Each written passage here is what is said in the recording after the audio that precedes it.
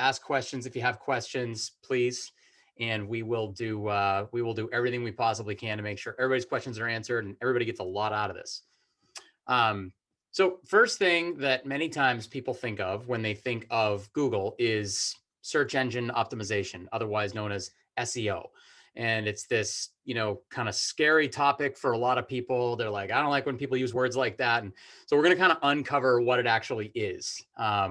So search engine optimization is legitimately just how well your site is positioned to appear prominently in search in a lot of different parts of the search. And we're going to get into the different parts of the search today.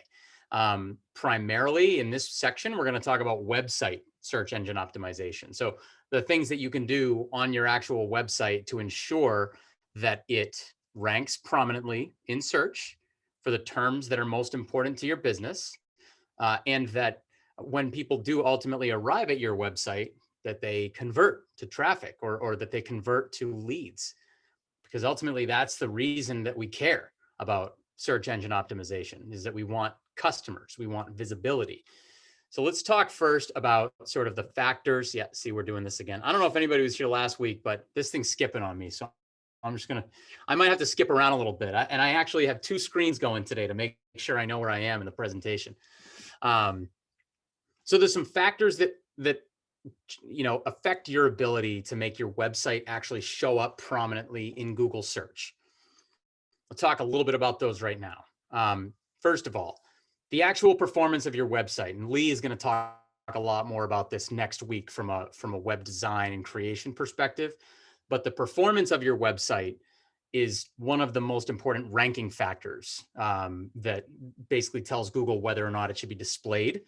So that means things like the speed of your site, how big and bloated your site is. If you have huge 10 megabyte images all over your website, Google is, it's just never going to load, and it's going to take forever. And Google doesn't like sites that take a really long time to load because they result in a bad user experience. And ultimately, Google is about the user. So basically, anything that you can do to improve user experience is going to help your website rank higher in search for the terms that are important to you. Site content.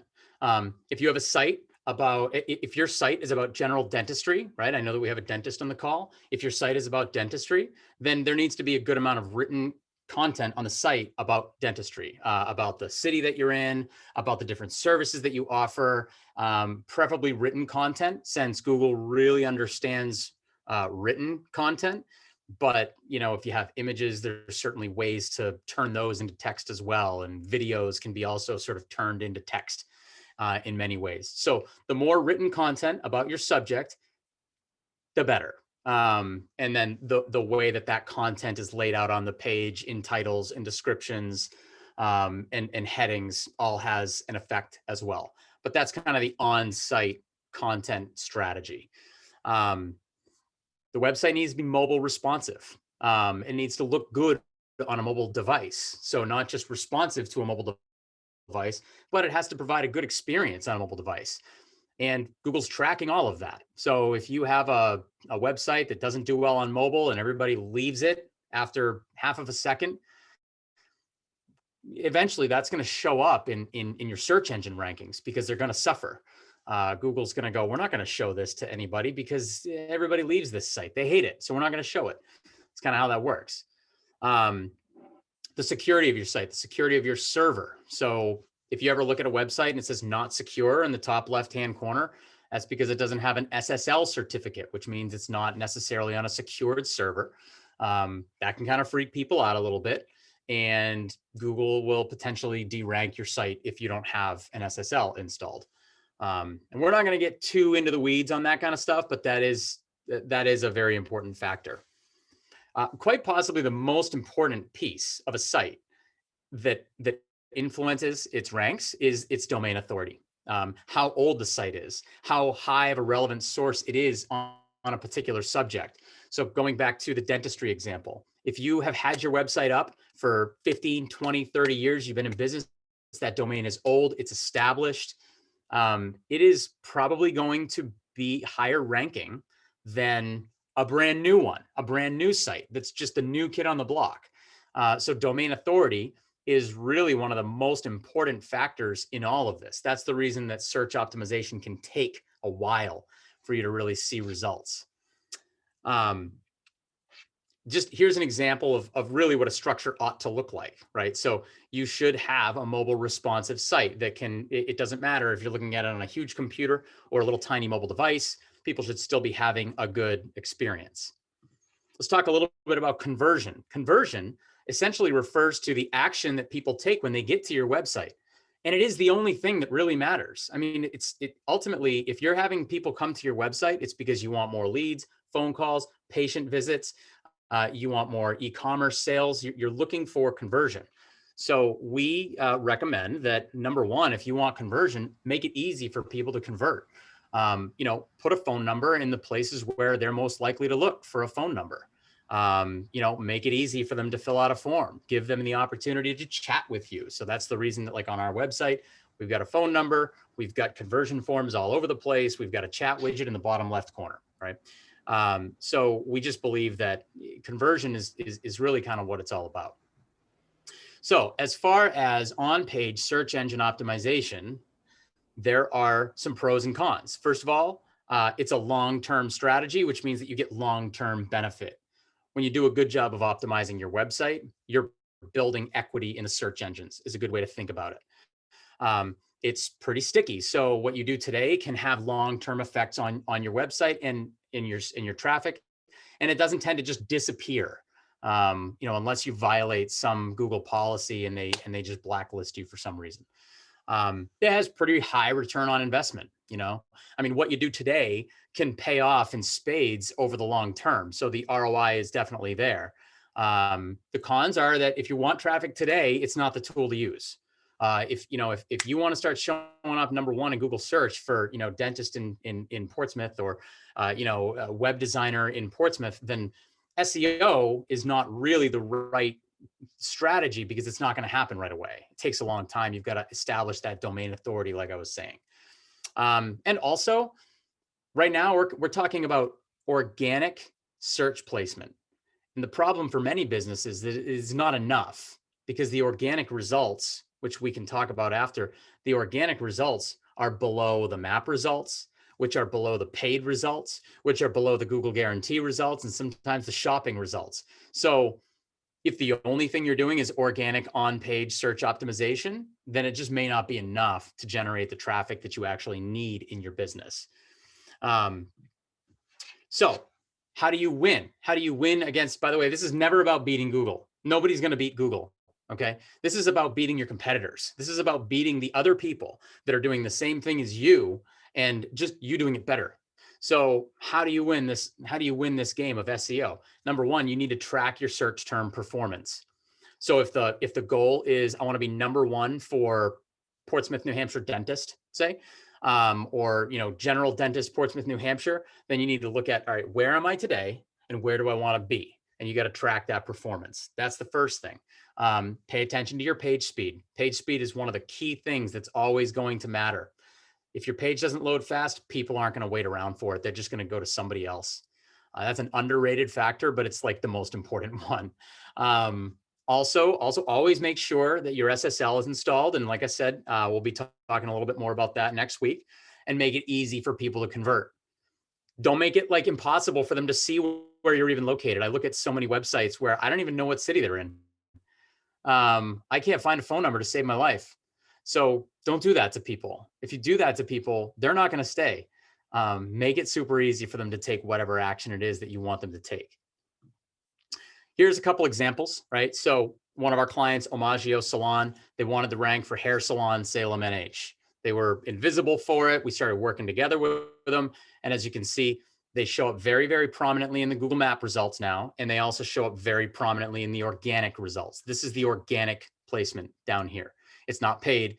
They're just showing up here because Google sees them as one of the most relevant websites for this particular term, hair salon Salem, NH. So that could potentially be worth millions of dollars to them over the term of their business being open. That's what we mean when we say it's long-term, you're building equity. It's not paid. right? They're just there because Google thinks that they're the most relevant, which is what we want. Same thing over here, LaPlante Electric. This is another client of ours, Standby Generators Maine. They rank #2 for that particular keyword in the entire state of Maine. But like I said before, they're below the shopping results. They're below the paid results. They're below the people ask results. So it's not enough just to have a good organic search strategy and show up in these results down here. You also need a good Google My Business strategy, which is what you see on the right-hand side there. That is their Google My Business Google Map listing, which is what we're going to talk about next. So Google My Business, what is it?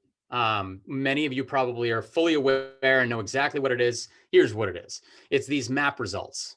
If you're doing a good job of managing your Google My Business page, then you're going to show up prominently when folks search for specific subjects in your area. You're going to show up in the maps, and hopefully you'll also show up on the right-hand side. So this is also a Google My Business Google Map listing over here for Country View Restaurant.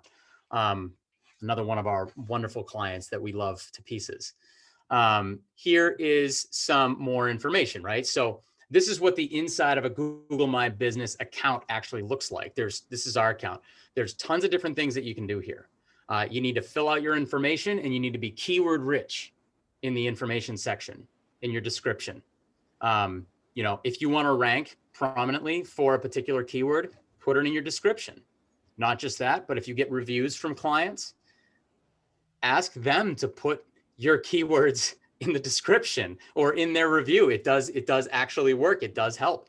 As you can see over here, you look up online marketing Portsmouth, our Google My Business pulls up, and it picks out the thing in a review that talks about online marketing. This stuff matters. So this should all sort of be part of the Google My Business strategy. Pros and cons. It's easy. Anybody can set up a Google My Business profile. It's very straightforward. You just go to business.google.com.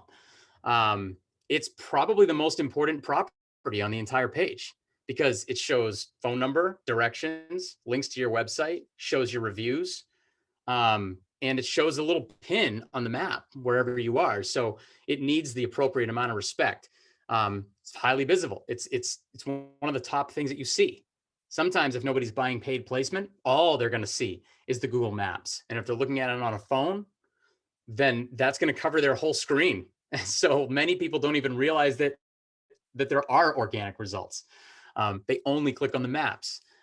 So it definitely has to be respected. And anybody has access to it. Literally anybody can set this up. Any business can set this up. That is also coincidentally one of the cons. Anybody can do it. So there's a lot of competition. Any business probably has this done, or hopefully has this done. So there's nothing specifically special about you if you do it. If you do it well, then there is something special about that. Problems can be challenging to overcome. So if somebody, if you want to change something, then that can be very difficult to do because sometimes it involves Google. We had a situation where somebody's website link wasn't showing up for no reason. And it took a lot of email back and forth with Google for them to acknowledge it and fix it. And obviously bad reviews can be an issue. You get an ex-employee that leaves you a bad review. That could be a very difficult thing to remove. You get a customer that's upset. That can also be a very difficult thing, but there's definitely strategies for dealing with that kind of stuff. But those are some cons here because if that happens, it's going to happen on your Google My Business profile.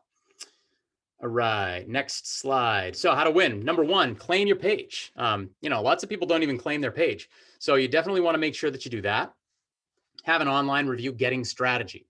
So online reviews, again, are something that are they're almost ignored. We have people ask us about doing on-page SEO before we start talking about online reviews. And I'm here to tell you that your online reviews are really the most important thing that you can even be doing. So have a strategy to get your customers to leave you reviews. And there's a lot of ways that you can do that. And we can talk about that another time. And then just take good care of your profile. Make sure it's got tons of pictures. Make sure that your services are clearly outlined. Use the products section where you can actually put a picture along with your products. Make sure that you use Google Posts. There's just so many things that they give you that you can do absolutely free that, literally you could run your entire business off of Google My Business and you'd be Definitely not as well off as if you had a nice website, but you could do it. It's possible. So that's some general overview on kind of how to win that. Kate, do we have any questions that I should address currently right now? We have two questions. The Okay. first question is, how do you build authority if you're a new business? Okay. Well, the first thing that you can do is get a lot of content on your website about very particular subjects.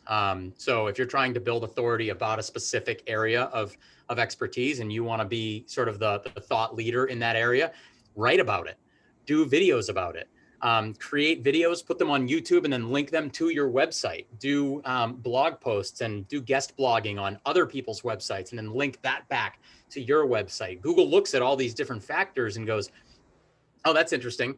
This website and this website and this website all seem to be linking to this website. So this website must be authoritative. So that's a whole backlinking strategy that we haven't even we won't even address on this call. But that's one way to build authority. Another way to build authority is to get a lot of conversions on your site. I mean, if everybody that comes to your site converts at a pretty high percentage or at a pretty high rate, they convert to leads, they convert to phone calls. Google tracks all of that activity and sort of understands that your site is of high quality if you're getting a lot of conversions. So get conversions, make it easy for people to convert. Don't hide your phone number on your contact page that they can't even get to.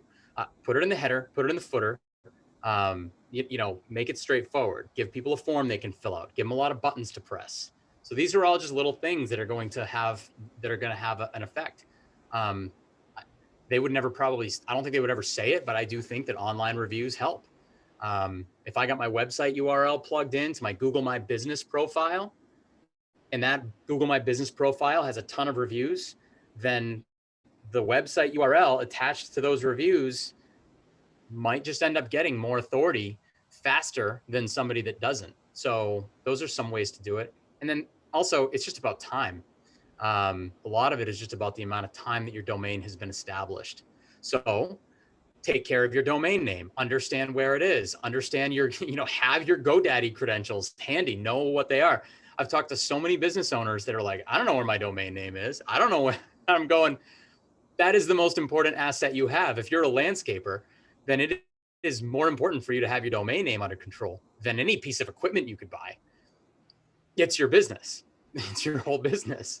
So, keep solid track of those things. And if you have a hard time keeping track of those things, then, hire somebody else to help you with it. What was the next question? Can you please touch on customers' organic searching for Portsmouth versus Portsmouth, Virginia, Portsmouth, Ohio? Mm-hmm. Most people don't typically use the state or country name. Google's pretty hip to that. Google pretty much understands where your location is. So if you look up Portsmouth dentists, it's going to know that I'm looking for a Portsmouth, New Hampshire dentist. It would be unlikely that you would see like a Portsmouth, Virginia dentist. But then there are also a lot of people that type in Portsmouth NH dentist. So they actually use the NH tag. So it's Google pretty much understands what you're actually looking for. But that's a really good segue into the next section, unless we have other questions. There is another question. Right. There's actually questions rolling in. Products versus services on Google My Business.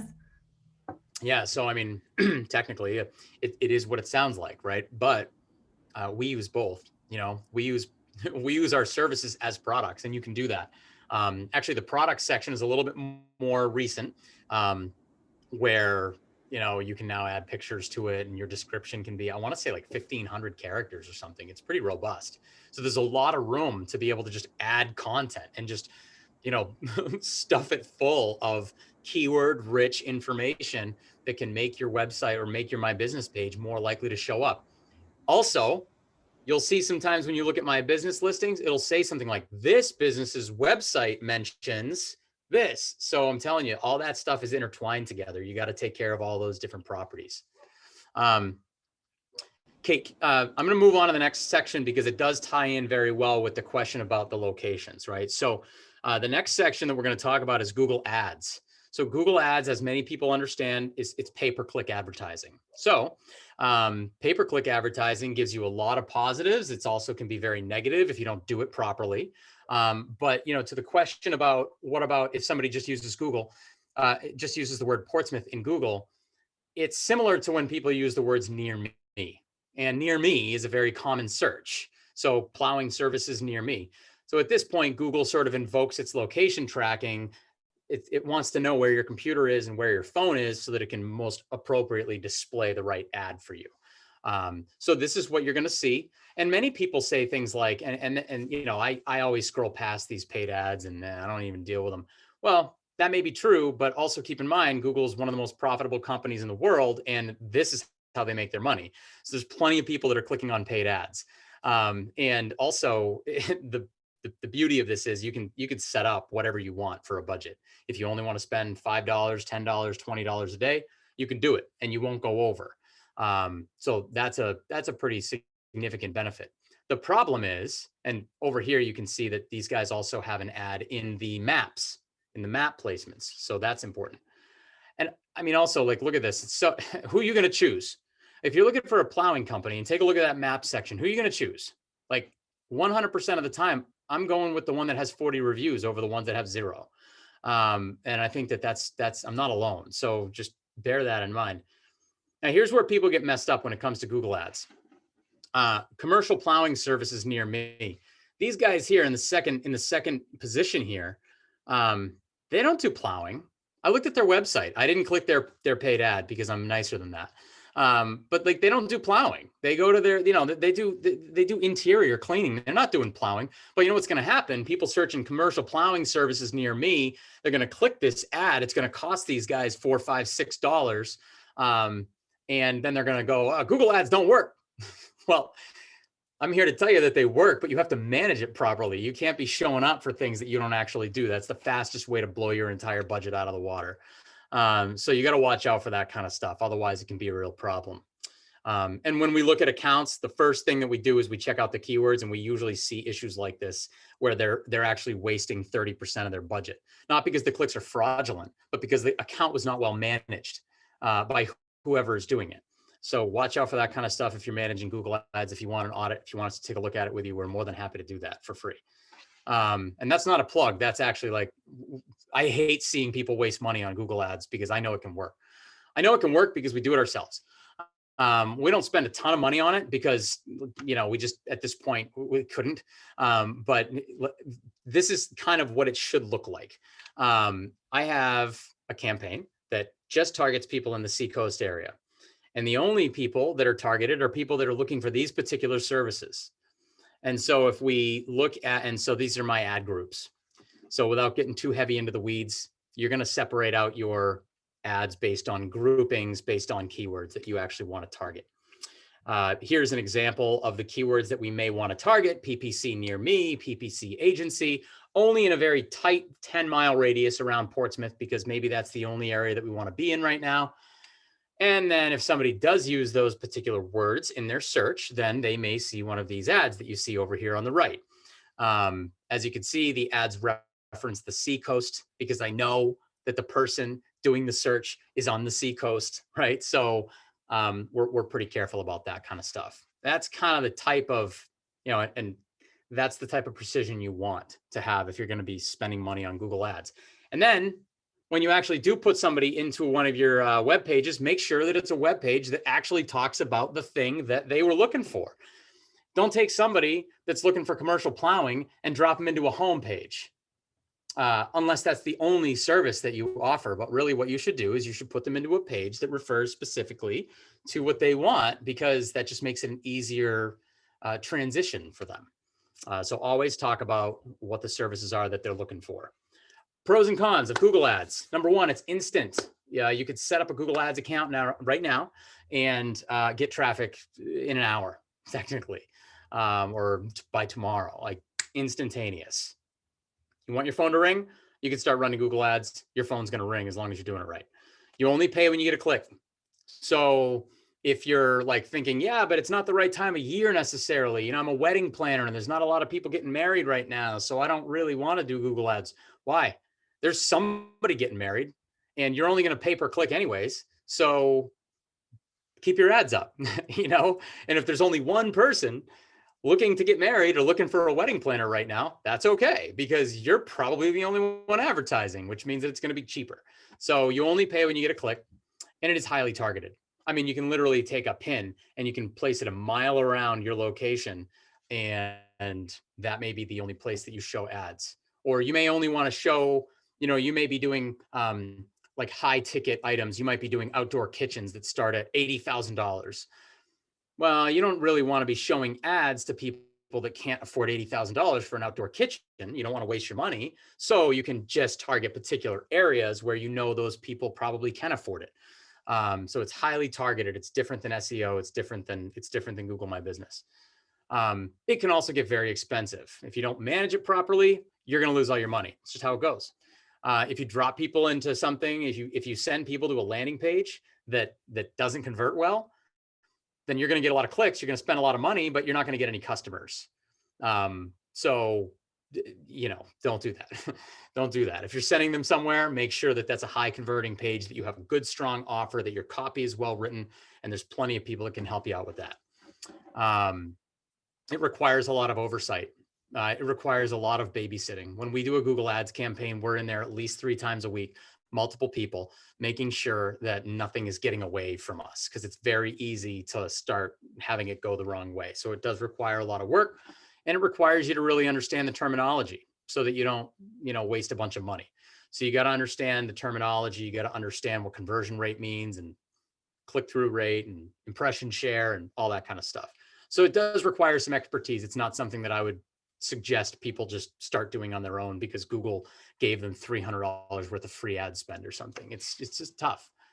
So those are definitely some cons. And of course, how to win. Google is going to tell you it's easy to run Google Ads. Just set up a Google Smart campaign, no problem. And you can be up and running with Google Ads right now. Don't do it. If Google ever tells you that something is easy, it's probably not something you should do, because it isn't easy. Those smart campaigns are only meant to get a bunch of traffic to your site, but without any regard to the quality of that traffic. So you can get a lot of cheap clicks, but it's not going to result in as much business as it would if it were well managed. Use your keywords and choose your keywords wisely. So if you're a car dealership, don't just use the keyword car as your keyword. You know, if somebody types in car, then you show up. That's not good, because that keyword can mean that you show up for millions of different searches, most of which are not what you want. So you got to be smart about that. You got to be targeted about that. Write your ads to reflect the keywords. We talked about that before. If somebody's looking for Portsmouth NH dentist, your ad at the front should say Portsmouth NH dentist. You know, it should be very, very close to what the person was looking for, because number one, it's going to increase your quality score, which reduces your cost per click. And number two, it's just more likely to get you a customer because you're answering their question. And give people a targeted landing page. Don't send them to your homepage. It never works. If you do, just understand that, you know, you're probably going to end up with with less performance. Okay. I see the questions lighting up right now. Kate, do we need to answer some questions? So one question was, can you adjust your keywords while ads are running? Yes, absolutely. You can adjust your keywords anytime you want. As a matter of fact, that's something that we typically do. So we'll go into an account a few times a week, and we'll see what actual terms triggered the ads to show. They call those search terms. And if there are search terms that are triggering ads, and we know that that's not a search term we want to actually have our ad show for, we'll get rid of it and make sure that it never shows up again. So if somebody were actively managing that commercial plowing thing situation that we saw back there, somebody should be going into that person's account and negating the word plowing, because they don't plow. So showing up for somebody that's looking for a plowing company is a bad thing, right? So those are the things that we do all the time. What else? Another one, what if you have registered on Google My Business, but another search wants you to claim the name? You'd have to talk, you should talk to Google about that. You should chat in with the help desk or contact us and we can help you. But there's a million different reasons that could be happening. Yeah. It's not good. It's not good. But it's definitely not insurmountable. Is that it? Okay, sweet. All right, so we're doing pretty well. All right.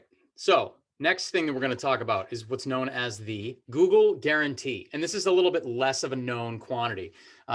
Google has sort of slipped it in different areas for different professions, but it is very effective for certain industries and for people that do it correctly. So what is it? What are we even talking about here? Google Guarantee is this, and you've probably seen this when you've performed some searches.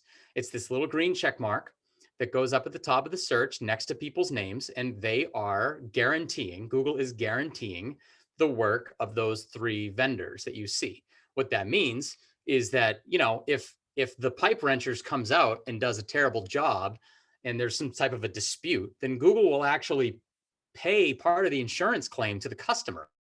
So there's some real, there's some real benefits to the customer to using this, and there's definitely some real benefits to the business for using this. So it's a little bit of a process to get set up with this, and we'll talk a little bit about that in a second. But here's the different industries that can use it. It's not available to everybody. It's really mostly available to service trades types of companies. I think they're kind of rolling it out a little by little to see how it goes and to see how much usage it gets. But these are the different people that can actually use the Google Guarantee and who can sort of sign up for it. Pros and cons. This is a paid search product. It's similar to pay-per-click, except that it's not pay-per-click, it's pay per phone call. So if somebody actually calls you using your Google Guarantee listing, that is when you get charged. And it might be $5 to $15 per phone call, or maybe a little less, maybe a little more. But it's basically pay per lead, similar to like a Home Advisor type of thing, except that with Home Advisor, you're probably being shotgunned around to 17 different contractors and paying $75 for the benefit of that. Google Guarantee, you pay $5, $10, and you get a phone call. So from that perspective, we see very good success with it with certain clients. Number 2, the tracking is phenomenal. They record all the phone calls, number 1. So you can actually go back and listen to them. You know exactly how many leads you got because you know exactly what you paid. And so, overall, the tracking is tremendous. The cons, it's a bear to get it set up. It's very, very complicated. They take you through like a 7-step process. They want to see your liability insurance declaration page, because truly Google is guaranteeing your work. So they're putting you through the ringer a little bit. You're partnering with them. So you got to sign a bunch of documentation that makes them feel comfortable that, you're not going to be, providing a poor experience for clients.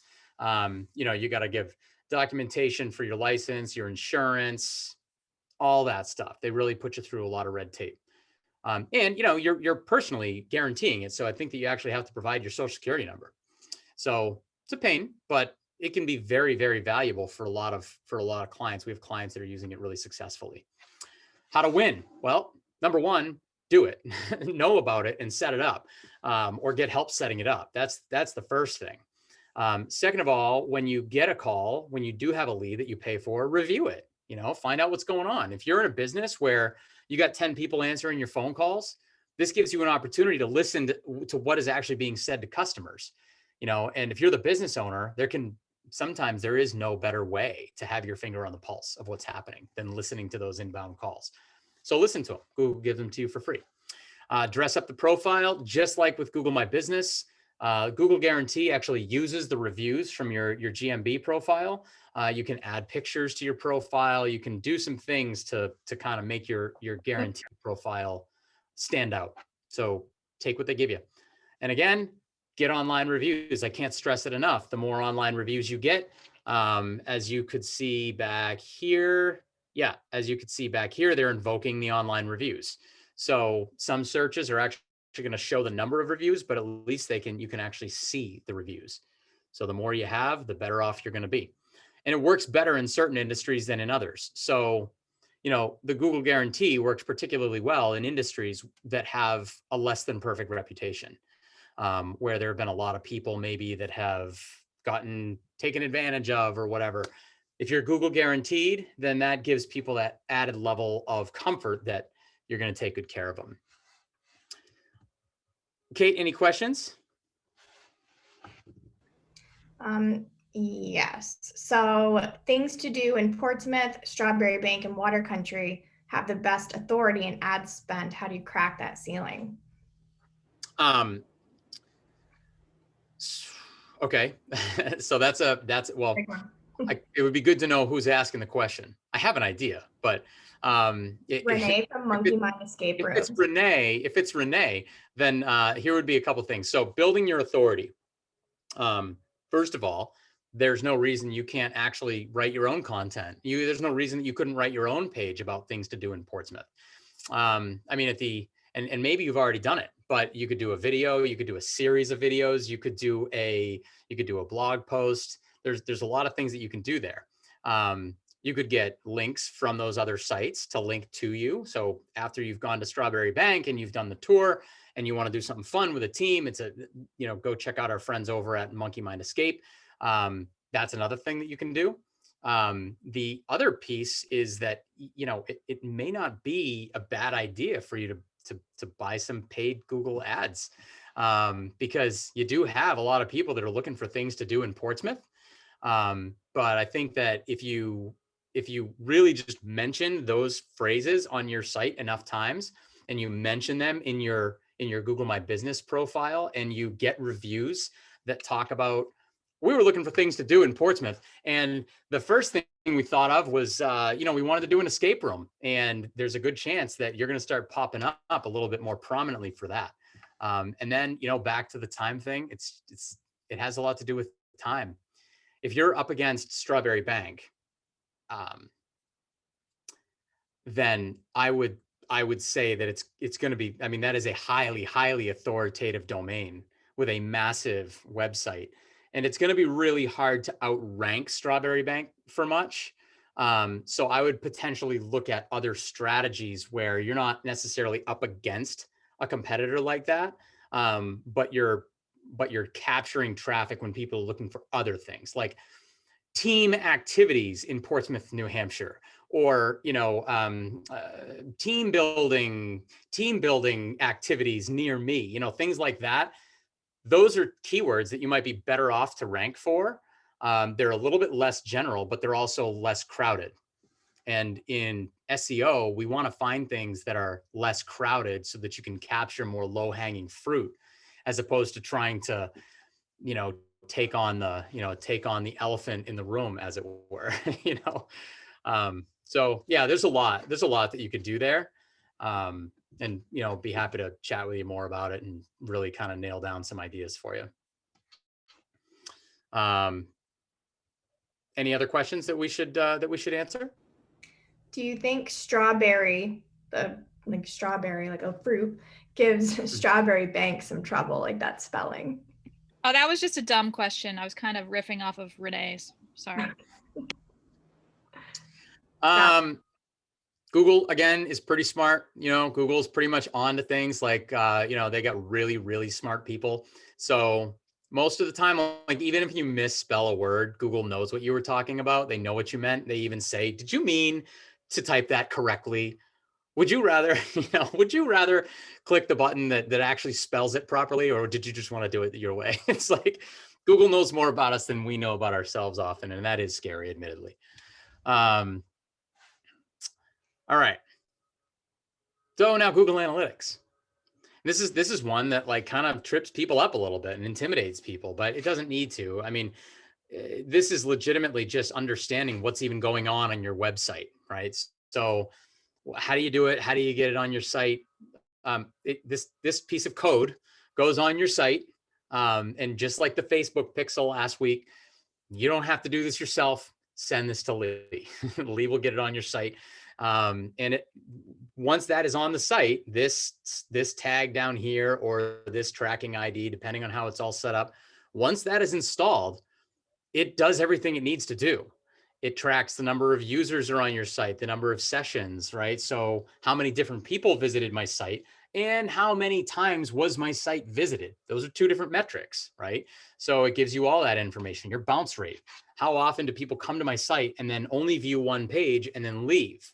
What's the average time on my site? How long are people staying? So all these things are available in your Google Analytics dashboard, and it's very valuable information. They give you a lot of pie charts, a lot of graphs. A lot of people like to see pie charts and graphs. So they show you where you're getting your traffic from, how much of your traffic is new visitors versus their returning visitors. There's a lot of different things that you can view in Google Analytics, but you can't do it if it's not actually installed. So now the thing about this, and this is, there's a lot. There's 4 headings like this. And you can see that this heading has 10 subheadings, and many of those have subheadings. So there's a lot to know, and it's very, very easy to sort of get information overload. But that's okay. I'd rather have the information than not. And if you need help sort of deciphering it, we have ways, and I'm going to show you a way in a second where you can deal with that. Obviously, one of the main sort of pros to Google Analytics is that it helps you understand what's actually happening on your website. Who's visiting, how many people are visiting, where are they coming from, like what part of the state they're in, what part of the country they're in, and, are they men, are they women? Like everything that you need to know is available on Google Analytics to the extent that Google knows it. There's some privacy information that it's obviously protected. The cons, it's hard to understand what's even happening a lot of times. Analytics has like a language of its own. So if you don't understand that language, then it can be very daunting. It's also really hard to install if you don't know how to do it, or if you don't have somebody that's working with you to install it. So, it's easy to install it incorrectly as well. Like if you don't want to get into messing with your website code, which I can understand, like I don't even do it. I don't know how to do it. So if you don't want to mess with that, then don't get some help with it, because you don't want to break your site. How to win, understand what you're looking at, understand the terminology, understand the difference between users and unique users and sessions and time on site and bounce rate and all those things. That's important information. It's important information for a business owner. Take a look at where your site's coming from or your traffic's coming from. If you're running Google ads and you're paying for clicks and you see that you're getting a bunch of clicks from like Guatemala or Ethiopia or just any other country, anywhere that's outside of the radius that you're looking for, then chances are you're wasting money. And that information is available through analytics. It's also available through Google Ads. And use a dashboard. So we have dashboards that we set up for clients. We can set them up for people that aren't clients yet, that really sort of make the information more tangible so that you can actually make decisions with the information. So, here's an example of a dashboard that we use that just gives you the most important information, the Reader's Digest version of everything. And then the stuff that you really want to know, like what are your most popular pages?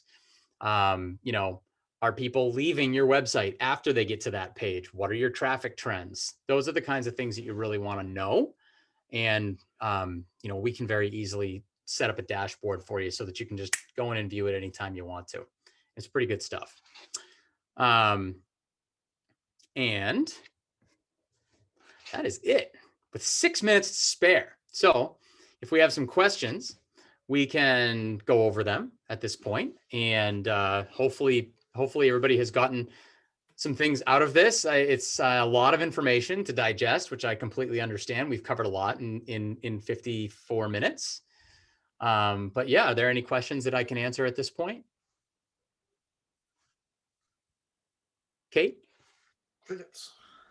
Someone asked how do you find Google Analytics? And so I put the link in the chat, analytics.google.com. If you don't have an account, you can go there and sign up. Yeah, you just sign up in the users section.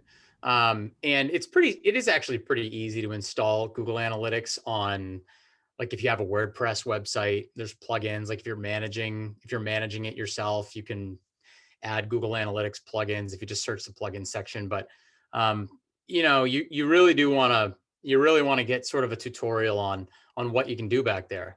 Because there's interesting stuff. You know, you can say, like for instance, Lee, I would be interested in getting your insight on this, but our guideline for time on site is like 2 minutes. You know, if you can get people to stay for 2 minutes on average, then you're doing pretty well. So you can actually set that up in Google Analytics as a goal to get to 2 minutes time on site. And if you're falling below that goal, then Google Analytics will notify you of that. And you can do some things to improve your time on site. And Renee, also going back to your question earlier about just in general, the general question of how to establish more authority. Analytics can provide you with a lot of that info. So the lower the bounce rate, the better in general. Average bounce rate we see is like 50 to 60%. It also depends a lot on where the traffic is coming from. Social media traffic is going to have a much higher bounce rate than organic traffic. So the lower the better on the bounce rate. The higher the number of pages per session is something that can also improve your authority and improve your search rankings over time. So there's all kinds of little tweaks that you can make. And even something as simple as adding a video to the homepage can increase your time on site pretty dramatically. So yeah, there's a lot that you can do there. And also, Renee, to get back just to your question about, how do we do how do we get more people to our site if they're looking for things to do in Portsmouth? Honestly, yes, the paid search, but also just the social media ads are really valuable. Could be very, very valuable for that. Social media, Facebook ads, Google, Facebook and Instagram ads, even LinkedIn ads, because as an escape room, I would imagine that you probably have a lot of business owners that want to bring their employees to you for team building activities, and business owners are spending a lot of time on LinkedIn. And so and you can target by radius. So that's a potentially good source for you as well. Let's see. Any other questions? Oh, I see. Okay. So I see a question. How do you know when you need SEO help versus some other kinds of driving business? The challenges I don't know. And so honestly, Mike, it's kind of hard to know that. It's going to be hard to know that based on this 60-minute thing. But should I be doing SEO, or should I do paid search, or should I do Google My Business? Where should I be spending my time? That is the most significant question that many of our clients ask us. As a general guideline, if you're doing something where there is a ton of competition, like for instance, if you're a real estate agent or you are an insurance agent, I would typically say that SEO is probably not a great way to spend your time or money, because you're going to be up against the Zillows of the world and the MetLifes of the world and the big authoritative domains. So from that perspective, it can have to do with competition, but there's also niche pockets where those people can pick up some organic rankings and traffic. So it's one of those things that, I think that you really just have to learn where your customers are coming from and where you can make an impact and develop a strategy around that. And, we're more than happy to offline have a chat with you about that. As far as videos, yes, they take a long time to load. So the thing to do is host the video on YouTube and embed the video on your website so that it's not actually hosted on your server. It's not hosted on your website. It's hosted on YouTube, and then people can just play it on your website. But yeah, you never want to upload a video to your website. It'll potentially crash your whole, it's not good. It'll make your whole site go slow. YouTube ads. Yeah. I had a slide in here because YouTube ads tie into Google ads, because they're all run through the Google ads platform, Renee, but I took it out just because I knew we would be up against the clock. But yeah, we could do a whole other section. We could do a whole thing on YouTube ads, LinkedIn ads, Yelp ads. There's a lot. Bodywork massage business no, not weird at all. Not weird at all. As a matter of fact, you know, many people that are going to get a massage or body work want to see, and I know I'm over my time, but many of those people want to see what they're getting, what they want to see, what they're getting into before they schedule an appointment. So it's actually more beneficial if you have a very high touch business to be showing people YouTube ads, to be showing people Facebook ads, because they want to be able to see what they're talking about, or what they're getting into. All right. Well, I think that is about all the questions that I saw, at least. So I just wanted to take a moment to thank Brad and Kate for spending their time with us today and sharing over the last couple of weeks some great tips and tricks and great lessons for everyone. So they're a great resource, and I think they're pretty giving with their time, and happy to chat with people one-on-one if that helps. But we really appreciate the team from SC Digital and all their work. So with that, Emily, it was good to join see us you. next week for Lee's I session. checked out your website. What's that? I Yes, checked out your thank website this week. I It's saw, good. I I, like it. thank you. Yeah, I saw you emailed me, and I'm going to be shooting you an email back, and we can talk more about a quick little audit. And I got to get that SSL thing. That's always fun. A lot of Cool. moving parts.